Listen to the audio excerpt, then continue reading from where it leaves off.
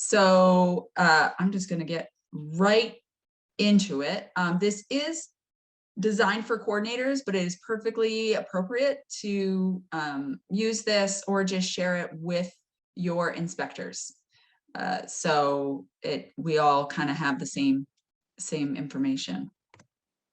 So I think most people probably already know this, and that's why you're here and you care about your lake and you have some knowledge of this. But why are invasive aquatic plants a threat to lakes, ponds, rivers, and streams?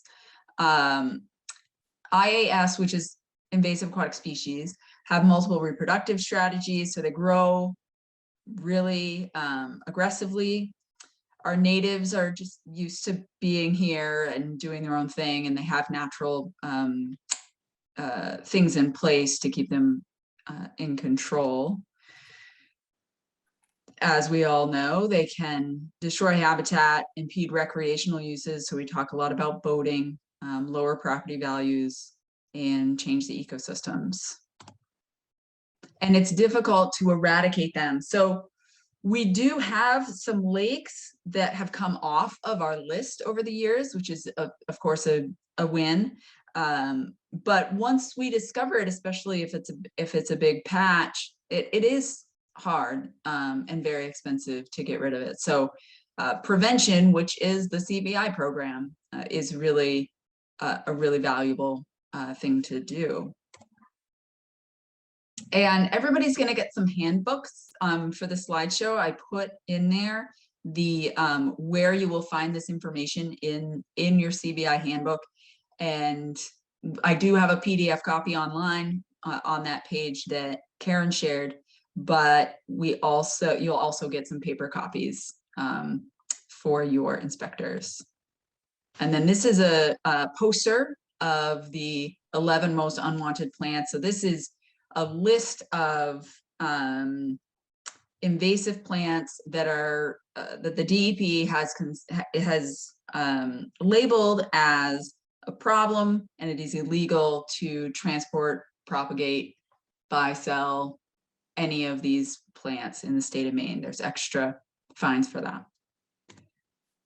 Speaking of fines, the Maine Milfoil Law makes it illegal to transport any aquatic plant on boat, trailer.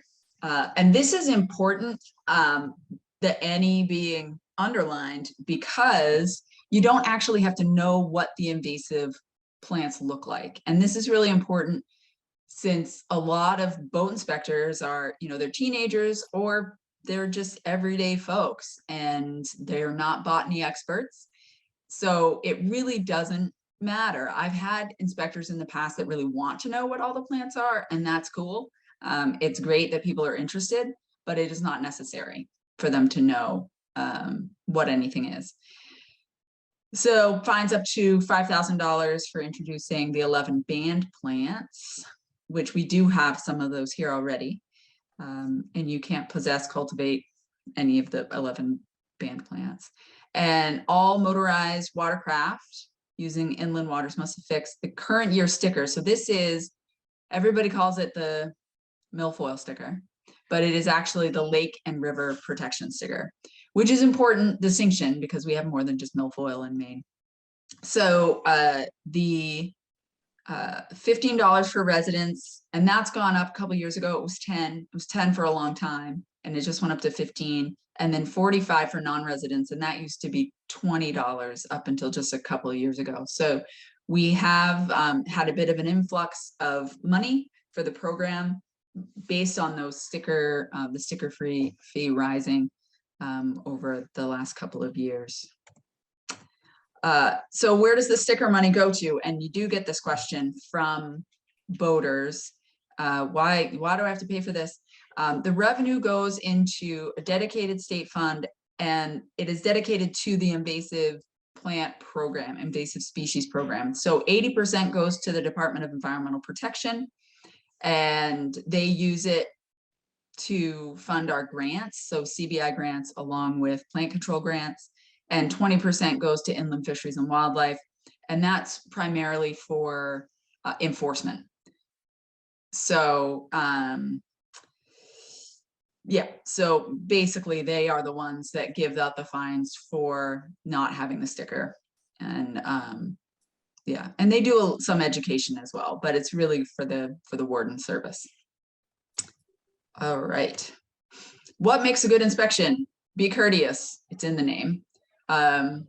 So we shouldn't necessarily have to say that, but some people can be brusque or aggressive, which brings me to the next one. Be informative, but not overwhelming. So I have had inspectors that they read the CBI handbook and then they want every boater to know everything in the CBI handbook.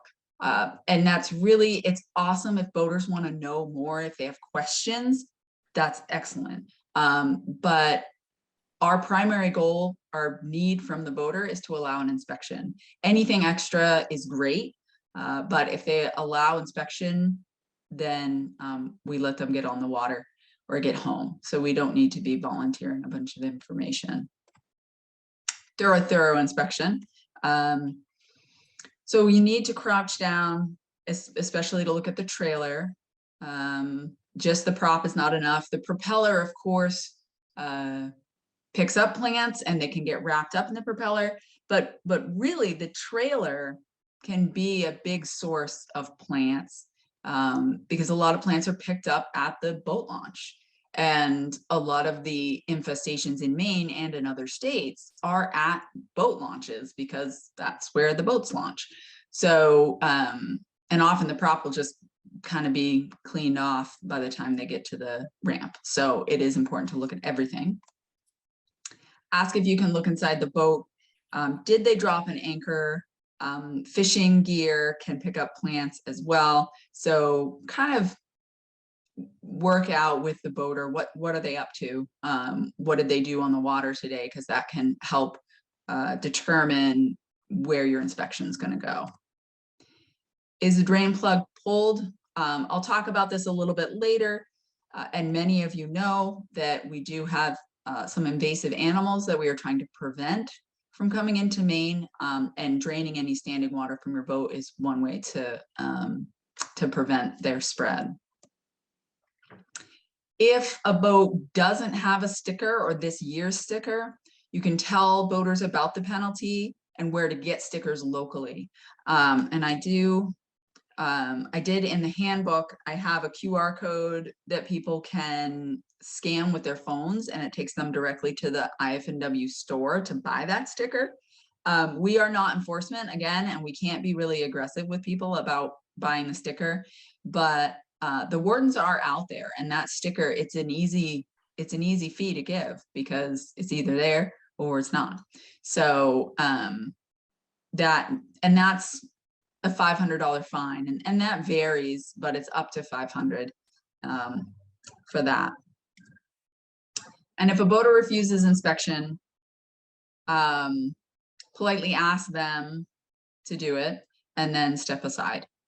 So it is a courtesy program. We do not have mandatory inspections in the state of Maine, so they are certainly entitled to not stop for an inspection. I will say, and I'm sure that the other coordinators here and some inspectors are in the meeting as well, who have experience, know that 90% plus of boaters are willing to stop for inspection. A lot of them will be grateful that you are there.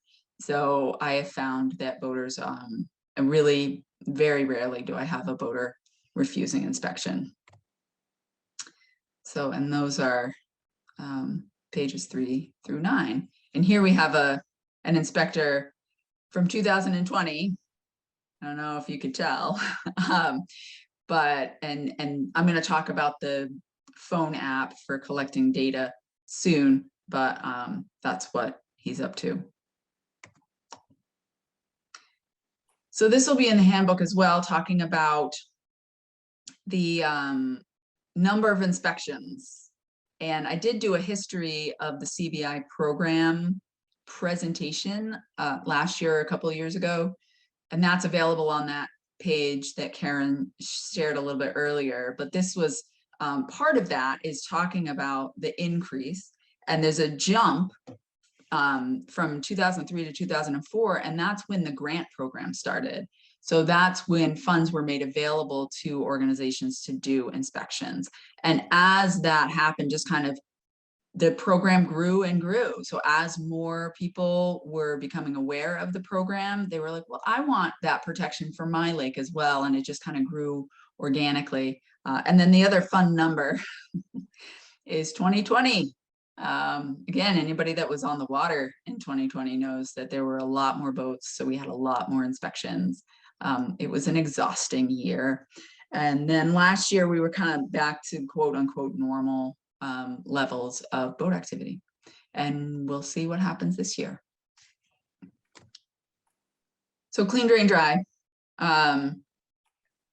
Historically, this was the original sticker that we put on trailer winches, remove all plants. So, and that's the state law in Maine. You can't have any plants on your boat or trailer. We are transitioning to clean, drain, dry. And this is the new winch sticker, which I have if people want some. And that is kind of ramping it up and bringing it to a new level, because we've got things like spiny water flea. This is a fishing line that is covered with these little crustacean plankton things that are super spiny and get stuck in fish's throat and can be really, really bad, and they survive in standing water. That one is the fishhook flea, but it's a similar animal. And then zebra mussels, which I think probably a lot of people are familiar with zebra mussels, or the idea of zebra mussels, because we do not have any of these species documented in Maine at this time. So these are the things that we are watching out for at this point. And there are pages in the handbook that discuss the other invaders that are not plants. So those are good to read up on. Just a specific, I want to talk about Asian clams in particular because they are found in New Hampshire. So this is the map of where Asian clams are found. So they're really kind of on our doorstep. And New Hampshire has very similar water chemistry to us. So as far as if we have the habitat available for Asian clams, we do. So this is something that we're looking out for sure, because they can spread really easily. They don't seem to be as aggressive as zebra mussels, but it is still an invasive species that impacts the habitat. And then zebra mussels, which are always fun to look at. They just cover everything, and they're very small. They don't have any natural predators. So not only do they grow on everything, which can be a problem, but they also are filter feeders. So they'll actually filter the water to the point where there's no food available for the other filter feeders. So it becomes a real problem.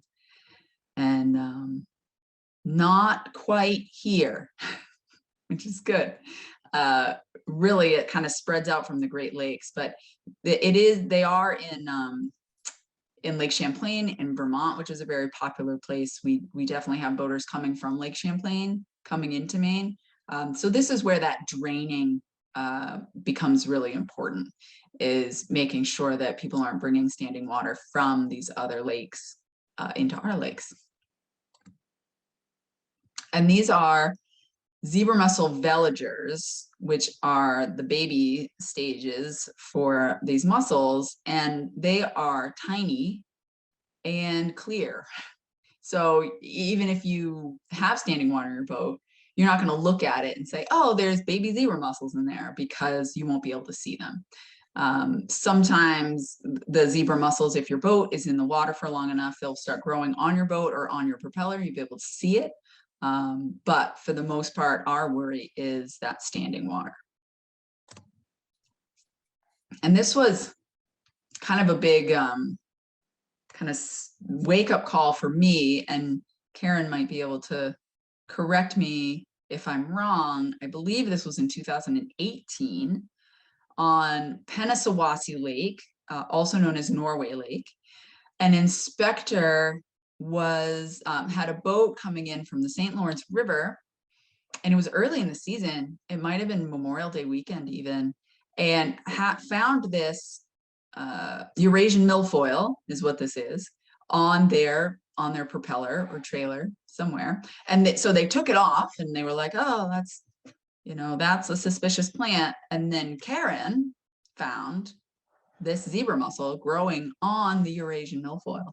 So that was kind of a bit of a wake-up call for me. Up until that point, I had really been focusing on just the invasive plants. And it was like, wait, whoa, this is a possibility here. So we need to be thinking about it.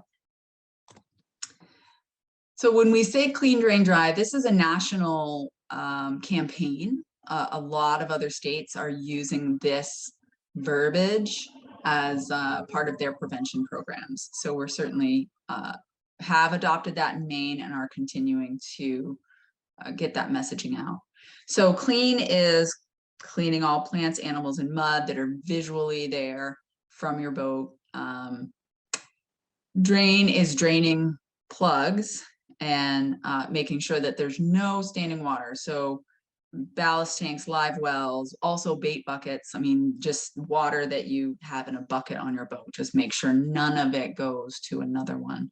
And it's really best to drive around with the drain plugs out of your boat, just so that all of that water can drain out as you are traveling. And then dry. This is a tough one. The rule of thumb is if you let your boat dry for 5 days between lakes, that can kill any of those animals that we've been talking about, but that's tough. So using a sponge to really get all of it, I think is a better strategy. So these are additional measures for invasive animals, and someone said, well, Sal was talking about the bleach solution. There are in other states that have zebra mussels and Asian clams and spiny water flea and all of these things. There are boat wash stations. Some of them use chemical washes. Very hot water and like high pressure water can kill and remove any invasive organisms. So we suggest that people use the car wash. Basically a car wash will do it. A hose, like a lot of wash stations that we have in Maine, are just like a garden hose with cold water. Isn't going to get a lot of those the really bad ones. You can, if somebody has a lot of plants and they spray them off, that's good. But these boat wash stations are on a different level. And it would be great to be able to have these in Maine, but like Karen was saying, we have just so many water bodies and so many boat launches. So it's not feasible to have them all over the place. All right, where do we inspect? This is a diagram of where to inspect, but really it's anything that goes in the water. So anything that goes in the water can catch a plant. So we talk a lot about the trailer because it can catch things and it can trap things in between the boat and like either the rollers or the carpeted bunks can trap plants. So that's something to look at. We had an experience on Keyser Lake last year or 2 years ago where a boat and trailer was inspected twice, once by a bass tournament folks and once by a courtesy boat inspector, and it was good to go. They launched, came back out, and the trailer had Eurasian milfoil on it, and it was tucked in between the boat and the trailer. And he had come from out of state and he had washed his boat, but just couldn't get to that spot. So it is important to check trailers when you first start a shift or after boats launch. Just look them over real quick to make sure that nothing was stuck in there. Fishing gear can certainly carry it, and we do have an education program for bass clubs that have tournaments on lakes. And so we talk specifically about their equipment during those trainings because they do have some specialized equipment. But if you come across these folks, just make sure that you look over their fishing gear or ask them to. That's perfectly acceptable. And then non-motorized. Some people are like, well, you know, whatever. But kayaks, canoes, even if they don't have an anchor attached to them, can still have plants and have standing water in them. So it is important to do these inspections.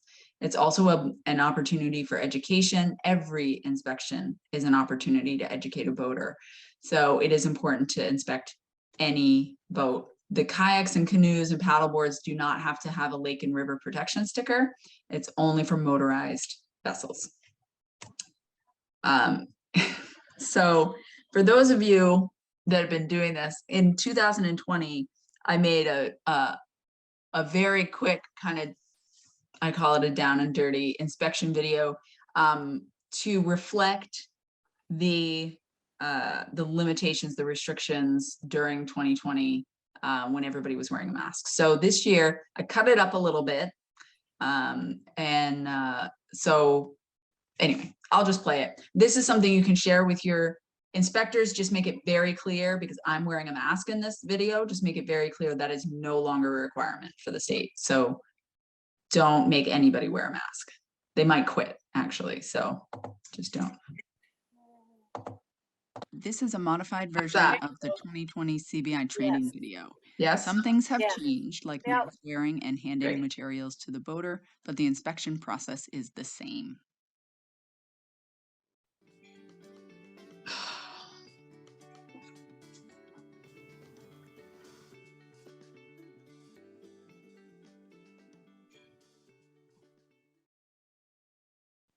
How are you doing today? Great, how are you? I am doing very well.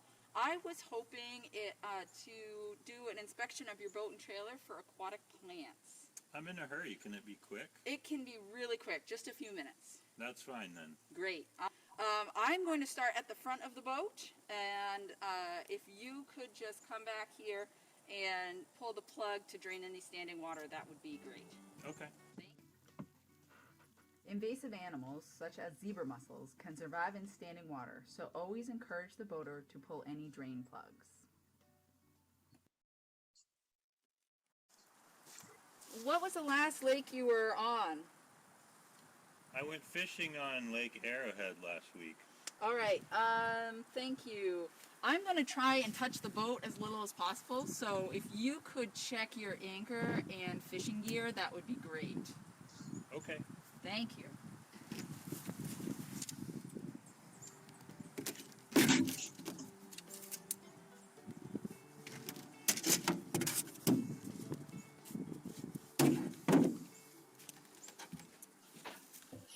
Oh, I found a plant on my anchor. What should I do with it? Oh, if you could just put it on that table over there, that would be great. I will get it identified later. Lake Arrowhead does have invasive milfoil, so it's really good that we're doing this today, and we'll get that plant identified.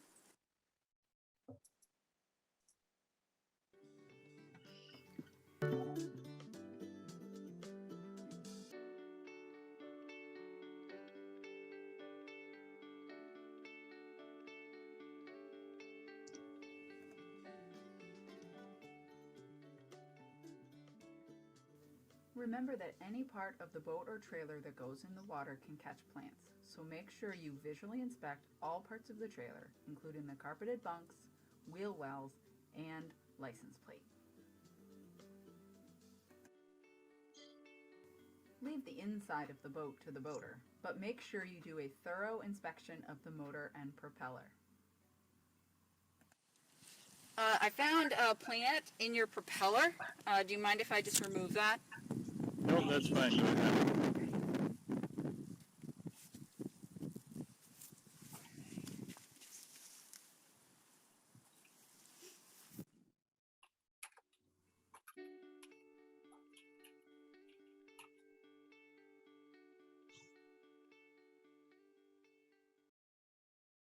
If a boater refuses inspection, respectfully ask them to do it, offering to walk them through the process.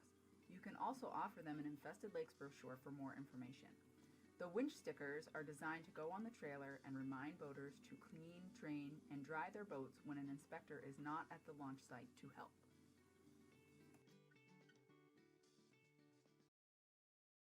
For your help today. If there isn't an inspector the next time you go out, would you be able to do that inspection yourself? Sure, I can do that. Great, thank you. Have a great day out on the water. Thank you.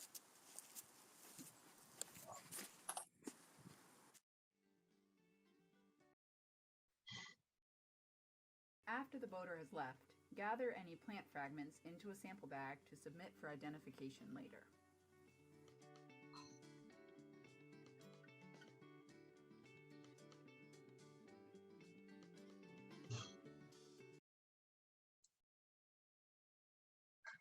Complete your inspection either on the paper form or on the mobile app. Boat inspections are essential to keeping our lakes free from invasive aquatic species. Thank you for helping us keep our lakes and each other healthy. Oh, we don't need to watch that again. Hey, Mary. Yeah, should we chat? Yeah, one question came in that LEA's YouTube has these videos on it. Is that accurate? Yes, we do. So we have the old one that has all about the restrictions, and this one is also on there. It is also on that page that Karen shared. I think it might be the first thing you see is that video. So yeah, you can share the YouTube link with inspectors to watch it, or you can watch it on our website. Okay, thank you. We can wait for the rest. Okay, great. So this is just, somebody asked earlier about if we know how many plant fragments or invasive plants are going into our lakes. So we don't have the overall number. We only have the ones that are from inspections, but this is just a list of kind of the I just chose one from each year just to spotlight. And over the years, some of these I chose because they are unique species that we haven't really had in Maine before. Some of them I chose because they were on pristine lakes that have don't have any invasive plants in them. But it's been a long program, a long-standing program, and I think it's been really productive. So when we think about that list of infested lakes in Maine, which we don't really like to think about, but it's really quite low compared to some other states. So, and then I need to add, fanwort was last year, which was found going into Long Lake in Bridgeton. And that's what fanwort looks like. So again, one of LEA's inspectors found that fanwort and she had no idea what it was. And she called our office and she said, hey, this kind of looks funky. I'm not sure. And I went down and I said, well, that's fanwort and that's invasive. And it was a real win for us. So those are the really great moments for the CBI program. Here's our new map. A couple of just new things to point out. Alamoosic Lake has variable leaf milfoil discovered last year. I know that we've got quite a few representatives from that lake here this evening. Thank you all for coming. And East Pond and the Serpentine, this is an interesting geographic story, which I'm not going to tell, but there's a stream in between North Pond and East Pond. And there was curly leaf pondweed was found in that kind of stream between the two. And there's going to be further inspections, plant surveys done this year just to try and figure out the extent of that. And then this is a little private pond in Liberty, and parrot feather was discovered there. So that's something that we have not seen in Maine before. But this pond is private. There's no boat launch. It's not, it's an interesting thing, but I don't believe it's anything for all of us to kind of worry about just because of the location. But it's kind of a cool looking plant, to be honest, if you want to look it up. So data collection, I think many people here are already kind of into this mode. The DEP did develop an app for phones, tablets, or your computer that allows you to submit your data electronically to the Department of Environmental Protection. And it is now required to submit your data through this app. So, which we'll talk about in a minute. It's really nice, those of you that started out on paper forms, I would always papers would always come in and inspections were incomplete.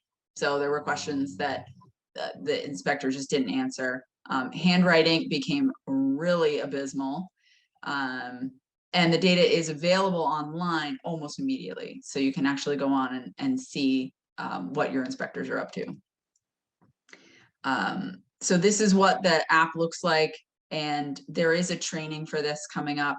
So I'm not going to go too far into how to use this, but it is, I think, fairly easy to use. I do it on my computer because I need my big keyboard and my mouse. But I know a lot of people that are really comfortable with their phones are able to just put them in. And then the dashboard is where the data goes when it is submitted. So once it's submitted through the app, it gets uploaded onto this site. And right now, this is from just the other day. And I want to thank the city of Ellsworth for doing inspections right now, because I actually have something to look at. So there are some folks starting early, which is great. And so your data is going to go on here almost immediately, and you'll be able to see it and see what other folks are up to, which I think is interesting, and how we're doing as a state.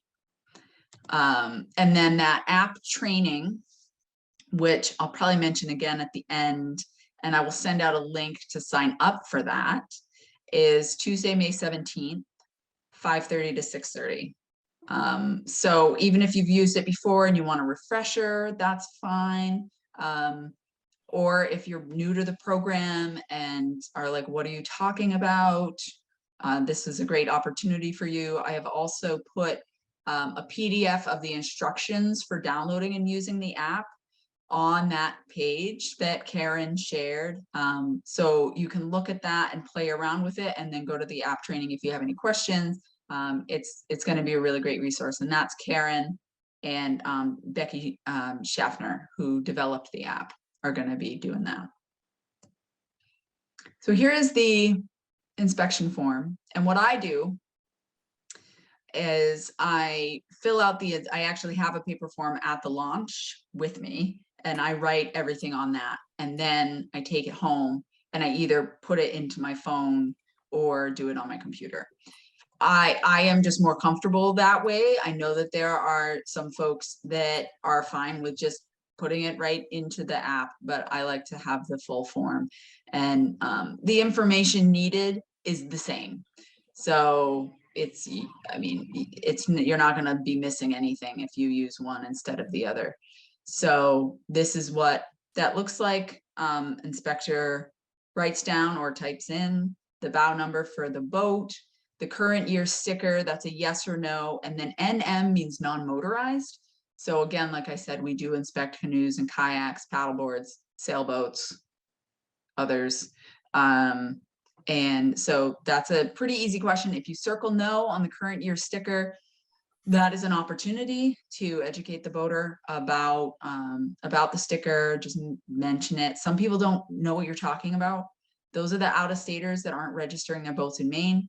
And it's a good learning moment. And again, the code for having them buy a sticker is in the CBI handbook. I also put together, again, a PDF with that code, is on the page that Karen shared. So that's actually something you can print out, maybe laminate, and have at the boat launch if an inspector doesn't have their handbook, or just you want to post it somewhere. So if there's a suspicious plant found, I think on this, yes, I found a suspicious plant at Hancock Pond. So if you find a suspicious plant, that's hard. The inspector who's doing the inspection decides if it's suspicious. So again, especially newbies who have no experience with plants, native or otherwise, I would say require them to bring in plants or take pictures and send you pictures, because you never know. We have invasive lily pads in Maine now. There's a lot of plants that are native that look like invasive plants. So it's really important. And once they get comfortable, there are some native species that get really easy to identify, but at least in the beginning, I would say it's always suspicious. They will give you a plant sample. Everybody's going to be getting some sample bags, which I've got a picture of that, that you can give out to inspectors. If the coordinator can't ID it, so those are you folks, if you don't have enough experience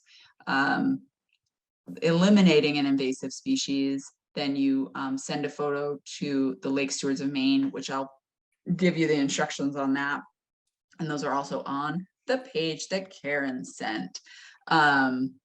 But if you think you have an invasive plant as a coordinator, that needs to be reported to the DEP so that we can get that verified. So the Lake Stewards of Maine website, they do a lot of plant identification. They are the experts.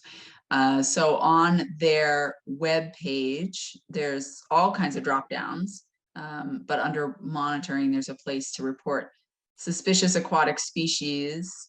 And this is what that page looks like. I did put, this link is on the page that Karen shared, and it will bring you directly to this page so that you don't have to go searching for it. And they talk in there, they talk about what makes a good picture. So you have to actually take a picture that will allow them to identify it. I've seen some blurry shots, and always keep the sample just in case they want to see it in person. So again, a lot of times they can ID from just a picture, but you want to hold on to that sample just in case.